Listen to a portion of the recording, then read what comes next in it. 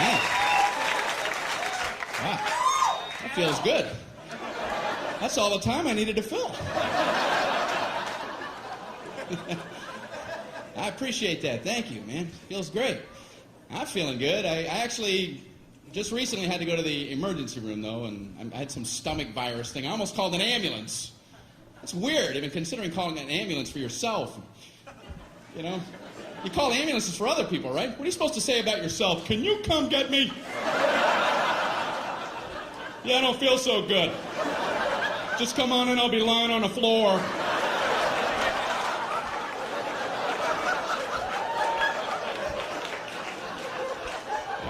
I'm just looking at the phone going, I don't know how to do this. I don't know what to do. It was at night, so I drove myself to the emergency room. That's a nice, relaxing drive. No, after you. Merge, everybody merge. I'm only imploding.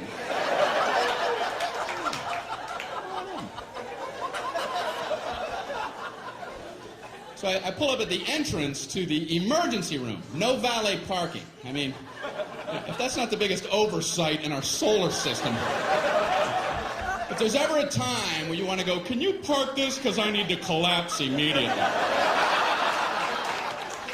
But no, I'm circling around a parking lot. Can I park there? I think I'm going to die. I'm dying too. Okay, go ahead. Yeah, I'll go up a couple levels.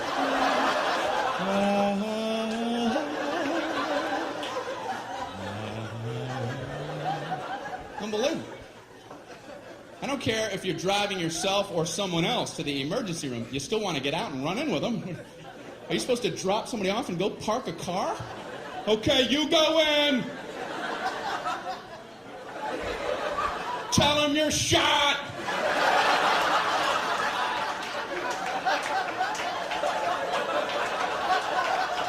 Ask them if they validate. Unbelievable. So I finally park, you know. I go in to check in. They ask the most insulting question when you check into a hospital. What seems to be the problem? What seems? Well, it seems. It seems like everything on my inside wants to be on my outside. But I'm no doctor. What kind of condescending question? So they check me into my luxurious half room. There's a curtain down the middle with a mystery patient on the other side. And he's moaning over there. Thinking, man, they're never going to help me with him moaning like that. So I got to out-moan him, you know.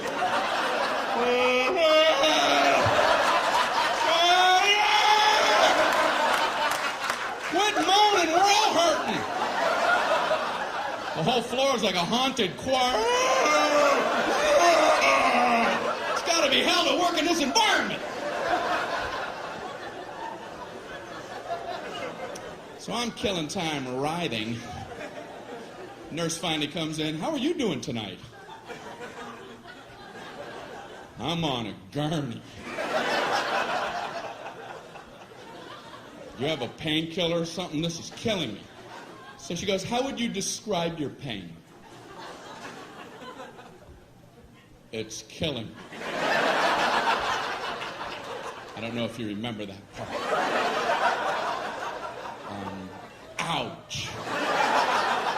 What, are we playing that pyramid game? Excruciating. Horrific. Would rather have shards of glass in my eyes.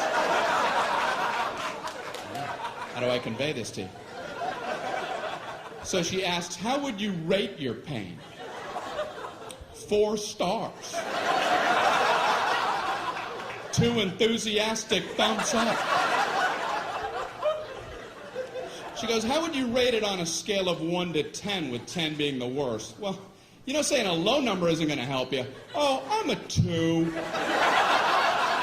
Maybe the high 1s. And you could get me a baby aspirin and cut it in half. And maybe a Flintstone vitamin and I'll be out of your hair. You can go 10 to all the 3s and 4s and such. If anyone's saying such ridiculous numbers.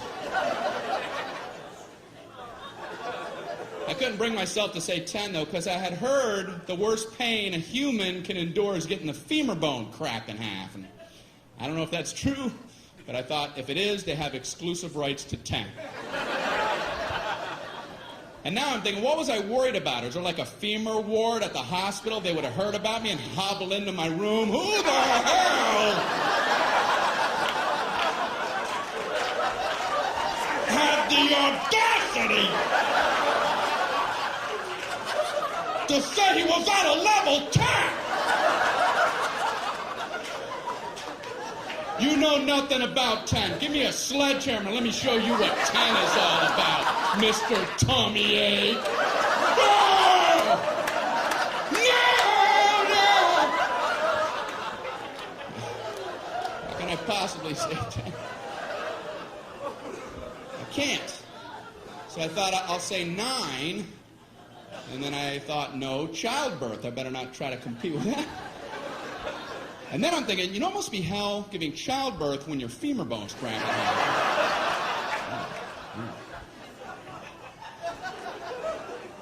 So I said, I guess I'm an 8. She goes, oh, okay, I'll be back. I'm like, oh, I blew it, man.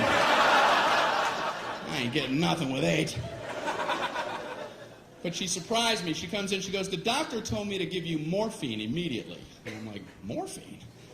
That's what they gave the guy in Saving Private Ryan right before he died. Like, okay, I'm a 4. I'm a 0. I'm a negative 11. Morphine. So they gave me morphine. Wow. All I know is about 15 minutes later, just for the hell of it, I was like, I'm an 8 again. Guess who's an 8? And they finally checked me out. I'm walking down the hall going, say 8, say 8, say 8, say 8. Happy 8 day. Did you get some 8? Did you get any 8? What am I throwing? You can't throw a number. All right. Johnny Appleseed. Did you get any 8 over there? I don't understand my own visuals. All right. Up here throwing numbers around. I'm fine now, I think. I don't know. So they sent me to my regular doctor for a follow-up, and I was nervous going because my cholesterol. I knew it was going to be high because last year it was high, and I hadn't done anything different. What are the odds your cholesterol is going to plummet for no reason? Come on, 200, come on! 337, how can that be? I had Burger King coupons in my pocket. It's inexplicable.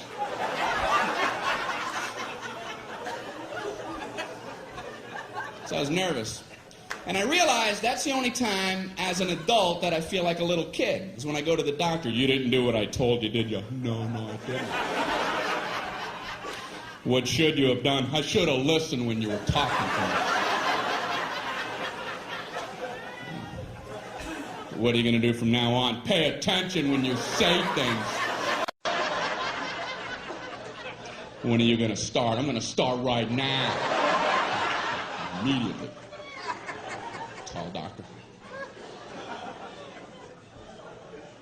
He's a good doctor, I think, you know. I told him I get heartburn sometimes, so he goes and gets me a list of things that cause heartburn.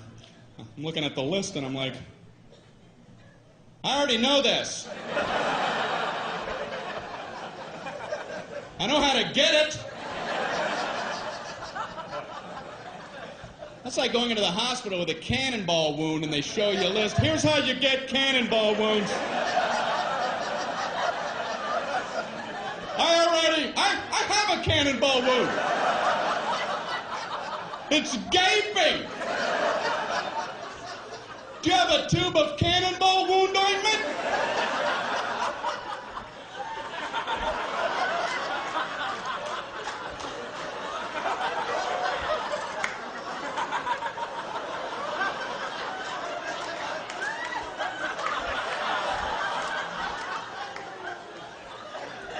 Number one, do not stand directly in front of a cannon. How true that is.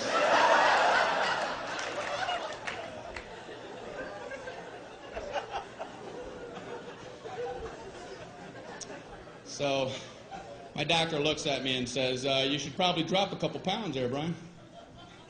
Thank you. Only your doctor has carte blanche on insults. He just insults you for a while, and then you pay him for the insults on the way out. Boy, you should lose some weight, and those moles are looking pretty weird. All right, how much for that, Doc? When can we get together again? Big fat mole man walking out of your office. Thanks for the confidence boost. I'm off to the Macy's Day Parade. Grab a rope! What does he care? You're big and you're ugly. Next. He does care. Doctors are good people. That's why they avoid the word pain. It's a buzzword. They won't hit it a lot. They don't want to scare anybody. Doctors will tell you all about pressure. They'll tell you all about the pressure you're going to experience. If a doctor tells you you're about to feel some pressure, buckle up. In a moment, you're going to feel a little bit of pressure. The pressure hurt like hell! Pressure. All pain involves pressure. That's one of the definitions of pain. He could be swinging a 2x4 at your head. In a moment, you're going to feel a little bit of pressure.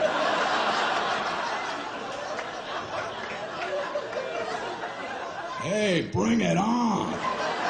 I'm good under pressure. I like pressure situations.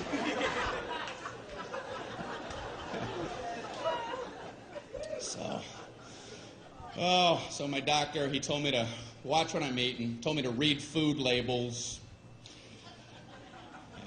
I'm in the store reading the Fig Newtons label. I've always liked Fig Newtons. I'm trying to see if it's okay to eat them, and everything looked fine, the fat content, everything. I looked at the serving size, 2 cookies. Who the hell eats 2 cookies? I eat Fig Newtons by the sleeve. 2 sleeves is a serving size. I open them both and eat them like a tree chipper. Fig Newton shavings coming off the side.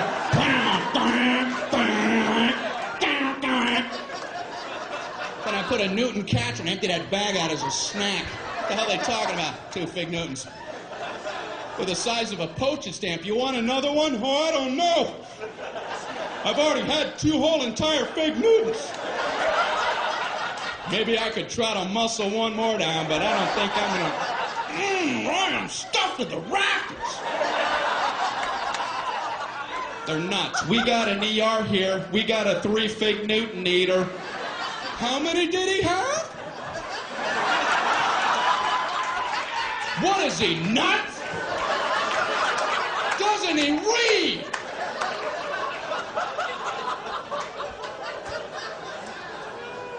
Who's coming up with serving sizes? A serving size of ice cream is a half a cup. What is that? Is that like a joke some guy put on there? Hey, come here. Look what I put for the serving size.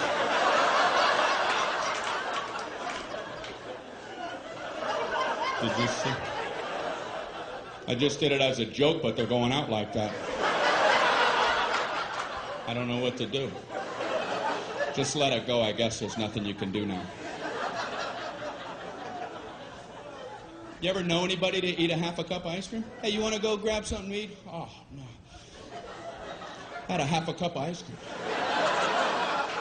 Yeah, a whole half a cup. I just kept eating and eating and eating. I must have had 2 spoonfuls.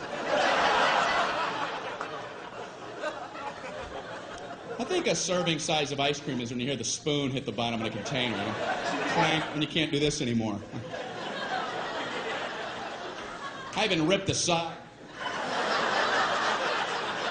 Not sure what they're talking about for the half a cup of ice cream. I have to lay off dairy, though. That's what my doctor threw in as I was leaving his office. Oh, and lay off dairy. I'm like, what the hell? What kind of blanket sweep is that? And no more happiness. Away with you! What does he care? I'm trying to lay off dairy. I'm in the supermarket with my little cart, and I'm trying to avoid the dairy aisle. I can see they all have party hats on over there.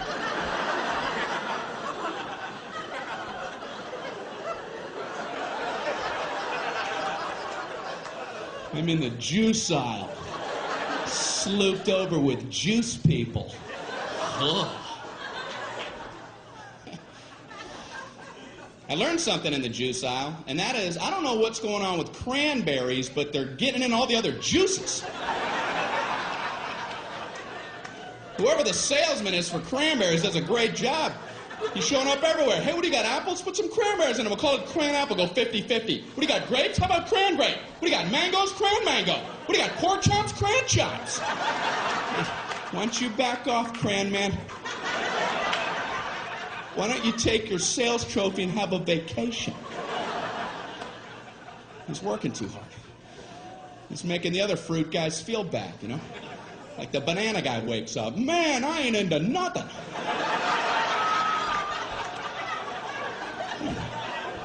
Cran man's all coupled up. You gotta get cracking, banana man. You gotta get on a stick. My doctor also told me to, eat more fruit.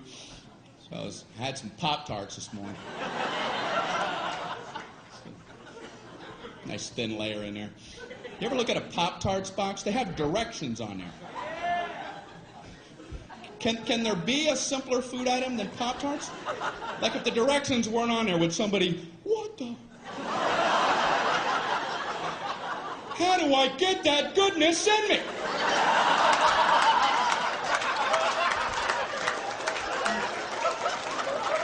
What do you do? How do you get it done? You read, man. That's what you do. They have 2 sets of directions. In case you don't understand one set, you abandon that whole track and get on something a little easier for yourself. They have a set of toaster directions, which, believe it or not, is more than 1 step. How could there possibly be more than 1 step? I can only think of one. Step 1, toast the Pop-Tarts. Go ahead, toast them. Hey, are you still reading this?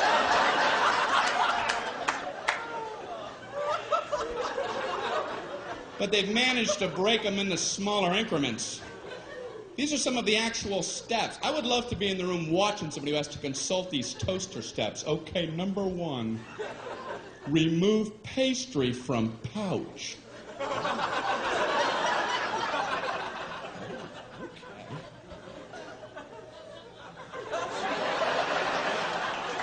I see where they're going with this.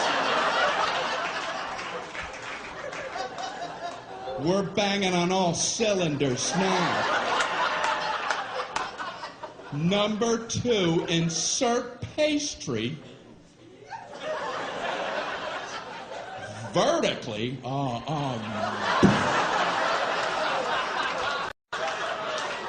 They're reading toaster direction. You're going to throw the vertical concept at them?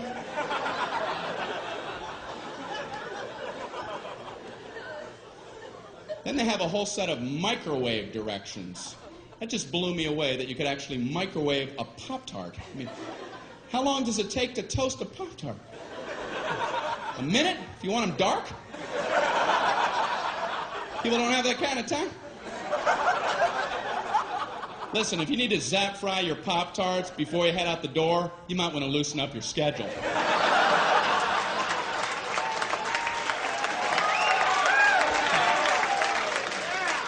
And I swear it says microwave on high for 3 seconds.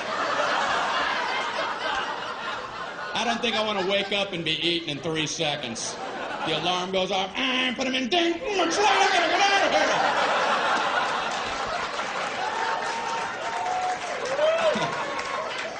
here. If you're waking, eating, and hauling in 3 seconds, you're booking yourself too tight.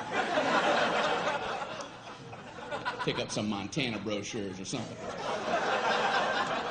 You're not living properly. We just moved. I called UPS to ask them to help out with some boxes. And they're a good service, but you have to have information ready about your boxes before you even call them. I had no idea. I called them up. Yeah, I have 10 boxes. If you come pick them up. We need to know the weight and the girth. Okay, goodbye.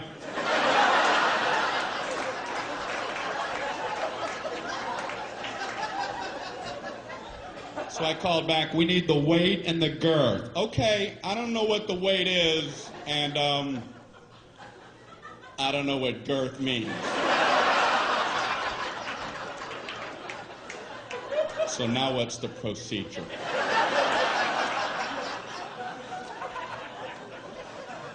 So this guy talks to me like I'm 4 years old. Well, do you have a bathroom scale? Yeah, but if I put the box on a scale, it's going to cover up the numbers! What do I take them off really quick?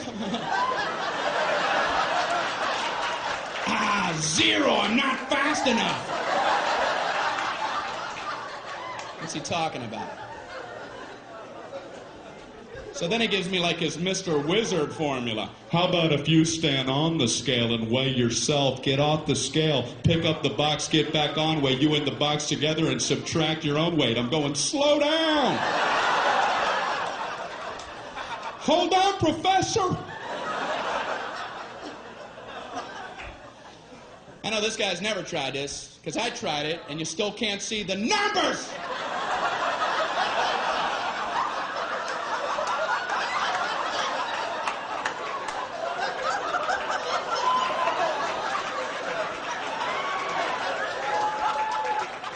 What am I, Mr. Olympia?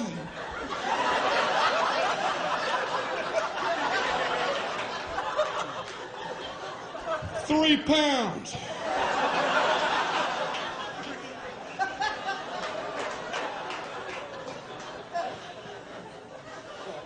Then I had to hang up in the middle of his girth formula. He kept assuring me it was easy. You know, the girth is very simple to figure out. You take the length and you double that by the smaller of the height after you triangulate the hypotenuse from the third side. Okay, I gotta go. I'm getting another call. Yeah, I'm too stupid to talk to you. I just want to not be on with you any longer. So this is true. I figured I would call back and just make up some numbers, Let them come out and pick them up. If it's wrong, I'll pay the difference. Just dispatch the truck. Please. So I called back. Yeah, I have 10 boxes, and... No, I'm another guy.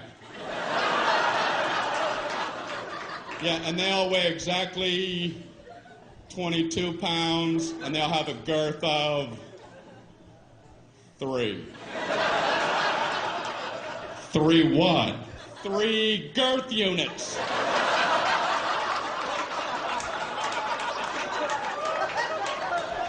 Come pick them up, please. I'm begging you. They're boxes and they're brown and they have tape all on them. And they probably fit on a dolly. Why must you torture me?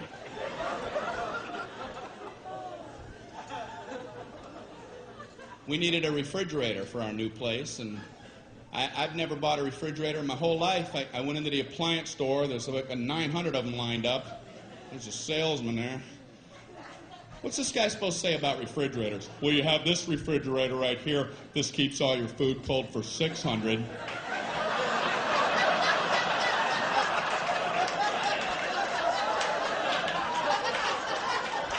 You've got this refrigerator. This keeps all your food cold for 800.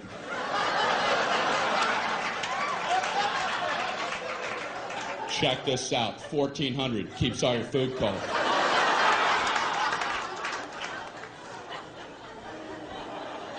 So this guy's working me on this one. I've never seen a guy work so hard. This one is a very nice refrigerator. It has a meats drawer. And what you do with that, you would put meats. whatever varieties that you would choose. These would be your meats. So there's no requirement on the types of meats. You could pick bacon,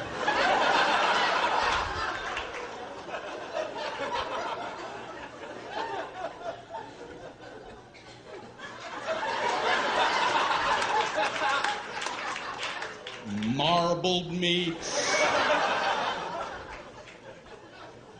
There's an endless selection. Endless. And this one also has a crisper for crispy things. Potato chips. Look in the door when the door's open. This has an egg area. And that's a very nice thing. It's an area for eggs. You put them all in the egg area. You come home and you go, hey, where are the eggs? Right in the egg area.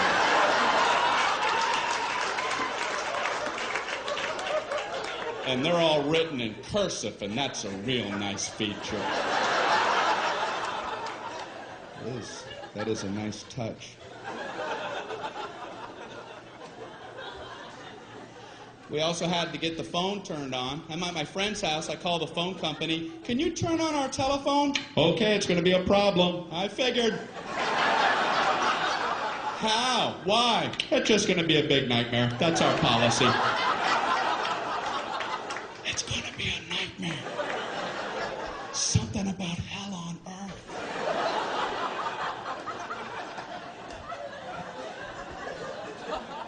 It's different than I thought. I didn't know how it worked, so I asked him, how does that work? Do we have to wait in our home for a few days for the phone people to come out? No, we do it differently now. We can just flip the switch from right here. Oh, great. Can you go ahead and flip it? We're going to flip it next Thursday.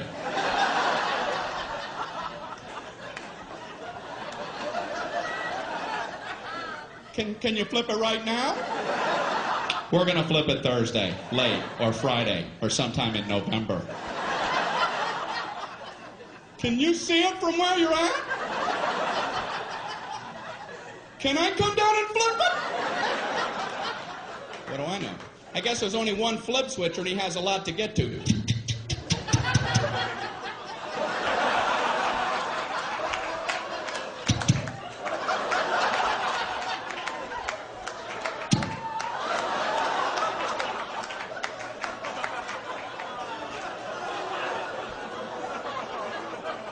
I assume they're tiny. Maybe they're big giant switches and they're really hard to flip, you know? Man, he's never going to get to my house. I want to go down here and cheer him on. Go, switch flipper, go! Flip them switches! Flip them good! Switch flipper! Get him riled. That was great, man. So I had to use a phone to book the flight to come here, and the reservationist gave me a confirmation code. And like I'm an idiot, she gives it to me like this. Mr. Regan, your confirmation code, jot this down. It's B as in boy. Oh, okay. P as in Paul. Slow down. K as in kite. Oh, I know kite. I know all about kite. And Q as in quagmire. Give me another word. I want to fly so badly. I called back to confirm the flight. She wanted to know the confirmation code. I don't know about you, but I feel like an idiot trying to quickly come up with words for letters, and I'm panicking on the phone. The confirmation code, it's B as in, oh man, baked beans.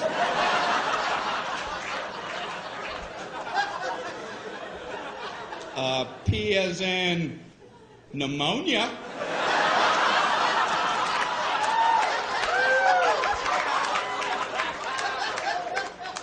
K as in Gaddafi. And Q as in Gaddafi.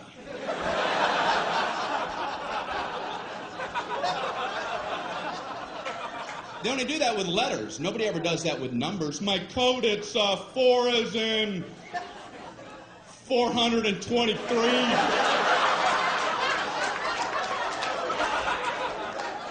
2 as in 2,941. No, 47. Pretty short code. Sometimes you'll get a confirmation code that includes zeros and O's. You write them the same way, they're completely different keys. They'll give you the number 1 and the letter I. You write those the same, they're different keys. A small L looks the same. They don't care, you'll never be able to communicate this back clearly. I'd like to give a code to these people for their big vacation. Here's your confirmation code. You're going to need this for your vacation. Are you ready? Okay, it's 11I 1000I10001I small L. Yes. Bon voyage.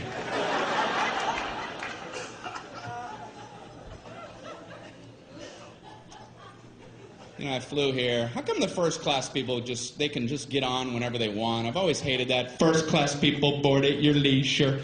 Take your time, first class people.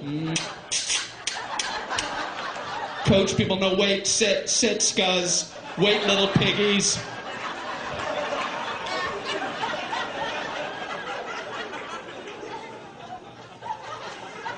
So when you do get on, the first class people, they're already sitting there. They're all sprawled out in their big thrones. Bring me the head of a pig.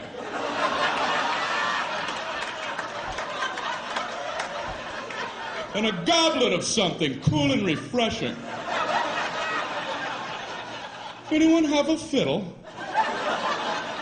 Make someone from Coach fiddle for me. Amuse me. They have fiddles in the overhead racks up there. You're not allowed to even use their bathrooms. The bathrooms up front are for our first class passengers. The coach bathrooms are located at Newark Airport. Concourse C. Concourse C, ladies and gentlemen. So when you do board, the first class people, they're sitting there. A lot of them are working as you're boarding. They have computers out and calculators. They're looking up at you like, hey, we're making money right now. Right now we're making money. Go, get in the back. Close that curtain. I don't want to see it. Even in my peripheral. Snap it shut. What's the matter with us? They got to cover us up with a tarp. And you go in the back, everybody has coloring books on. Hey, come here, where was you? Where was you at? You're in the middle, and there's 9 of us, and you're in the middle, and we have all the armrests, so you gotta sit like this. You gotta figure out a way to eat your snack while your elbows are touching. You gotta learn how to twist your little plastic utensil.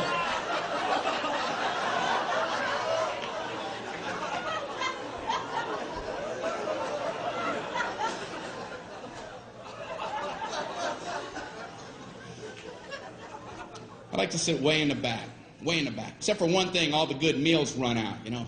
You're poking your head out from row 199. The flight attendants are this big.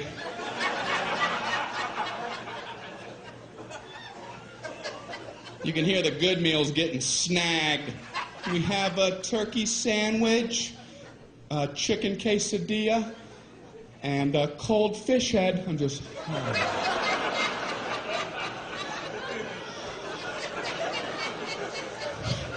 I wonder what I'm gonna get.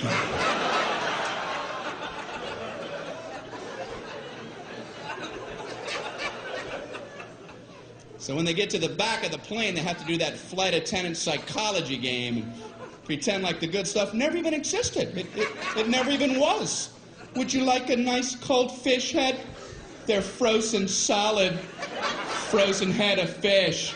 The eyeballs in there and the skeleton's coming out. It comes with a turnip and a spork.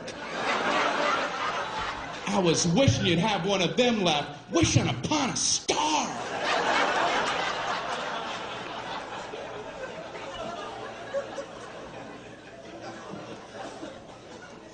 But I admire flight attendants, man, I really do. They put up with a lot of garbage from people. Have you ever been sitting in your seat and you see somebody trying to fit something in the overhead rack that you know ain't going in there like in a million years? You have like a mattress and a lamp. You're looking at him like, what kind of perception problems does this guy have? And the flight attendants are always nice. They always run up and act like it might maybe fit. You know, oh, I don't know if that's going to get up there. We can check it for you, you moron. I know that's what they want to say. I would last about 8 seconds at that job. I'll just get up there. Does that look like it's going to fit? You have this much room, you have a dead yak. Are you okay? You don't see all these people jammed up waiting on you? You don't see any of them.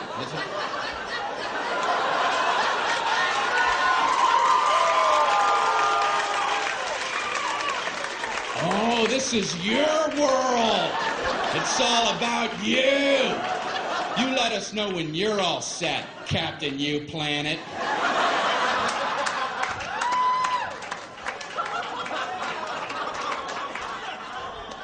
And I feel bad for the gate agents because they try to get the boarding process to run smoothly, but no one will listen to them. Don't blame them. They try, they get on the intercom. Ladies and gentlemen, we're about to begin boarding. If we could ask for your cooperation, would you all please remain seated until your row has been called? Everyone, please remain seated. Everyone, please back away from the gate. Please back away from the gate.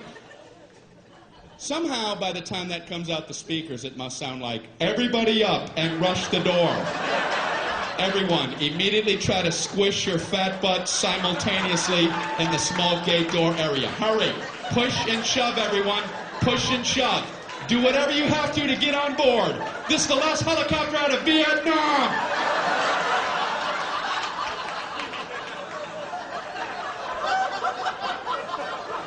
I'm embarrassed to be human. I want to get on! You're gonna get on. I want to get on before everybody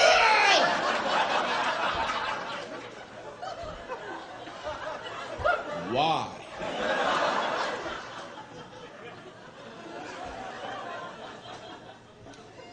Human beings, man. I'm sure you've been at airports with the moving sidewalks. Right? You know the whole stand right, walk left concept? Well, for some people, unlearnable.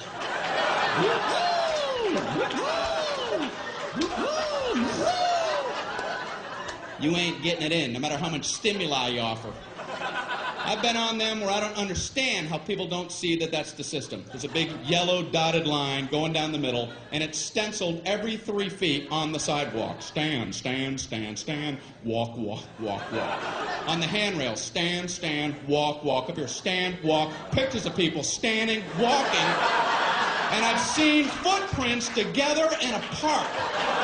And you still have people riding that left handrail. It's fun to fly.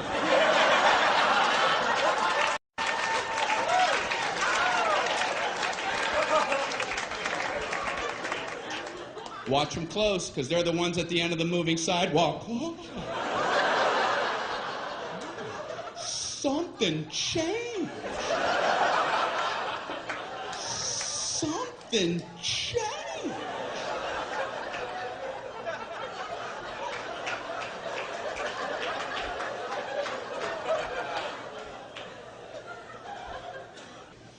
I'm trying to get into inventing, and that's hard.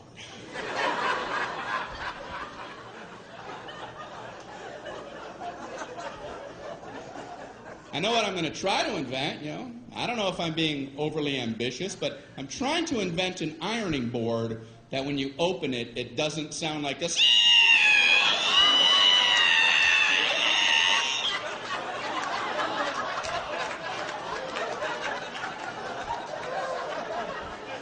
Every ironing board I've ever opened sounds like a witch being boiled in oil.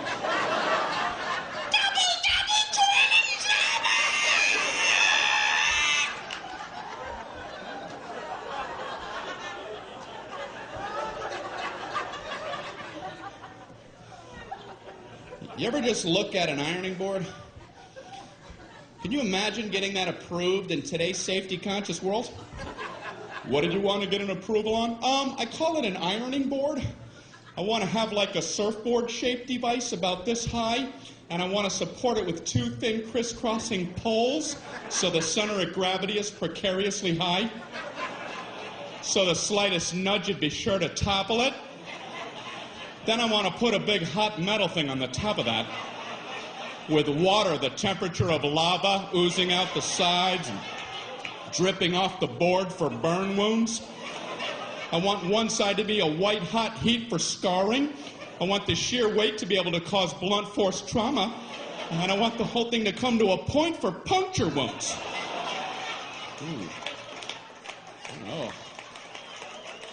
Oh. It seems a little unsafe for adults. I'm not finished. I want a cord coming down so get the toddlers involved.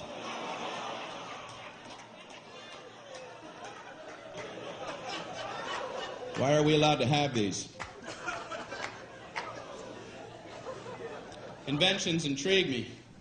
I was reading about the walkie-talkie, and I read it was a military invention. That surprised me, because usually military stuff has strong names, you know, Apache helicopter, Tomahawk missile. Walkie-talkie? How did that slip through the system? It's a general talking to some guy. What do you have there, soldier? Well, it's a new communication device. It's untethered, which will enable the troops to speak effectively when they're in the field. What's it called? Walkie-talkie. Look, I'm walkie and I'm talking. Now you walkie and talkie, General. I'm walkie and talkie. Are you walkie and talkie?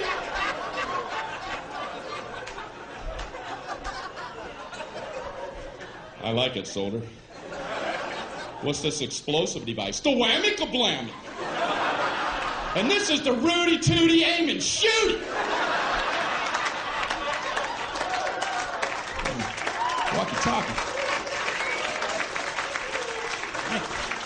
I'm wearing new contacts. I just had my prescription changed after 6 years. You ever wait that long?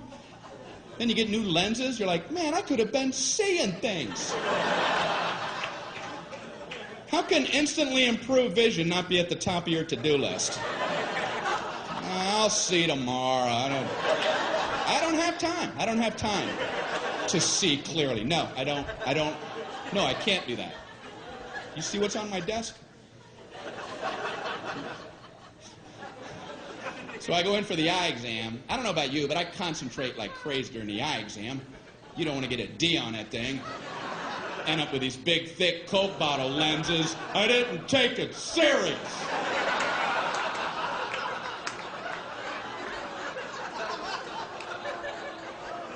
Are you still in here?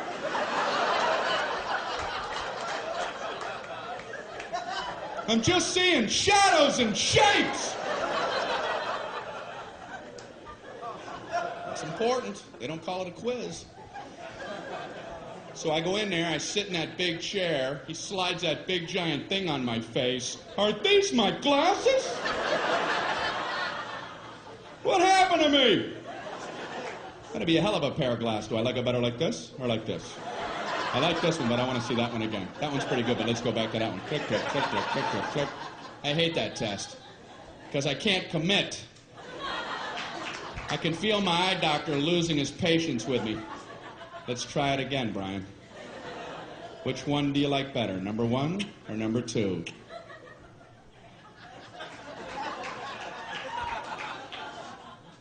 I don't like either one of those. Yeah, but that wasn't the question I asked, was it? I asked you which one you like better, and I was careful to phrase it that way. So why don't you keep that in mind while we try it yet again? Which one do you like better, number 1 or number 2? They're about the same. Well, why would I waste your time and mine by making them both the same? Did you ever stop to think about that? You ready to try it one more time? What do you want from me? Way too much pressure during that entire exam.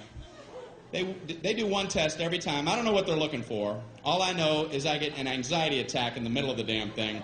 Tell me the exact moment point A is directly over point B. I'm like,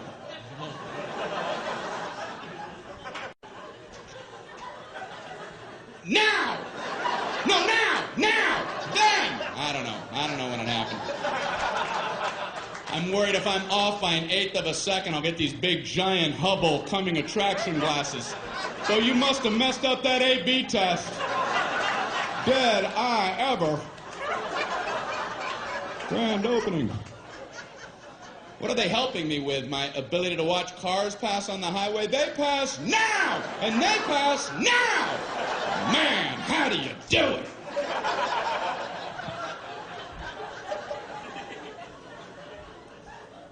It's weird in the eye exam room. It's just him and me. It's dark in there. The door's closed. I feel strange when he pulls his chair up uncomfortably close to you. He's like this far from my face.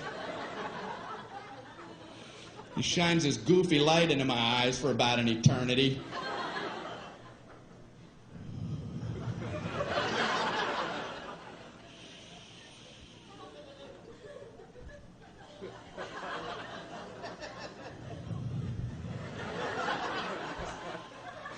How you doing there? I'm a little uncomfortable. Can you back up a tad? Are you looking at my soul?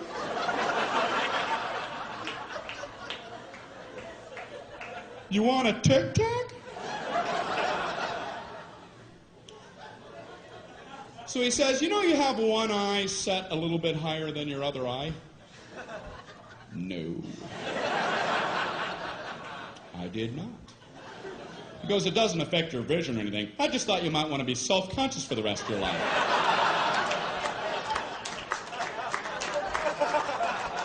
I went out to my car mirror. Am I some kind of monster? Is that a hump? I am not an animal. I am a man. What's the matter with him? Then he asked me, would you like to try trifocals? And I'm like, I must have been away a while because I have no idea what you're talking about. He says, it's exactly what you would think. You can see at 3 different distances depending on where you look through your lens. You can see close, medium, or far away. And I'm like, I can't even imagine getting used to that.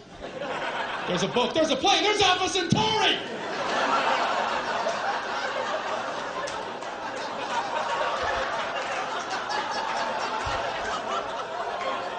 Do people need this kind of range? Is that a fly, Manos? Is that a comet? I'm actually kind of quiet off stage. A lot of people don't realize that. I was at a dinner party recently. A bunch of people that I don't know. One guy talking plenty for everybody. And then me, myself, right? And then I, and then myself, and me. I couldn't tell this one about I because I was talking about myself, and then me.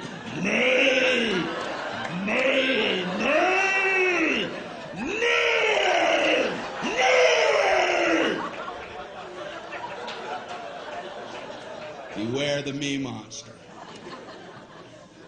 So I tried to jump in with a little story. I don't want to just sit there the whole night. Right when I'm done with my story, this guy goes, that ain't nothing. Oh, well, didn't mean to waste everybody's time. Telling my nothing story. Here, let Marco Polo speak. He's back with tales of adventure. My story ain't nothing. Maybe it wasn't, because I made the mistake of trying to tell a story about having only 2 wisdom teeth pulled, and I learned a lesson. Don't ever try to tell a 2 wisdom tooth story, because you ain't going nowhere. The 4 wisdom teeth people are going to parachute in and cut you off at the pass. Halt! Halt with your 2 wisdom tooth tail. You will never complete one, trust me. I'm trying to tell my story. You know, I had some wisdom teeth pulled. I had 4 pulled. Oh, okay.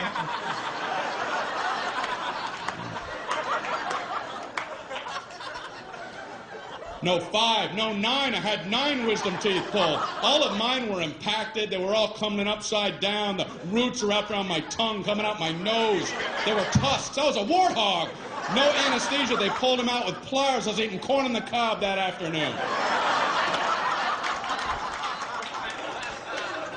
Pin the blue ribbon upon his chest. That knocks the socks off of my wisdom tooth tail. Why do people need to top other people? I've never understood it, and I see it all the time. Obviously, people get something out of it.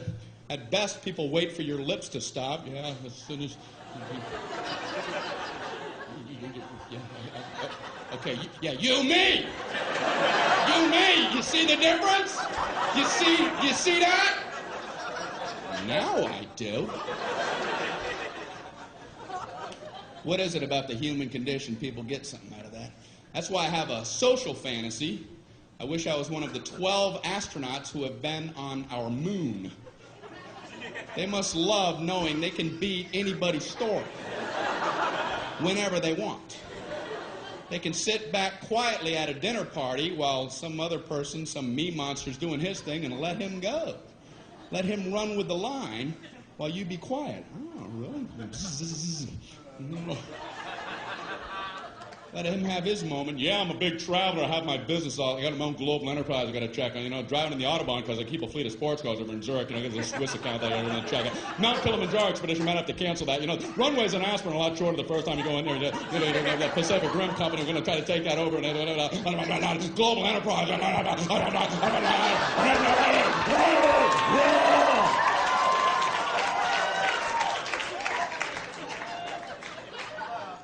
I walked on the moon.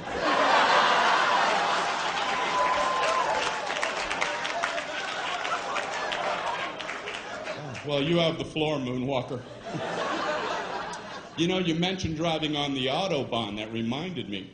Once I was driving in the Sea of Tranquility. In my lunar rover. And I, too, was worried about our speed till I remembered, wait, we're the only ones on the moon. You guys are great. Thank you very much.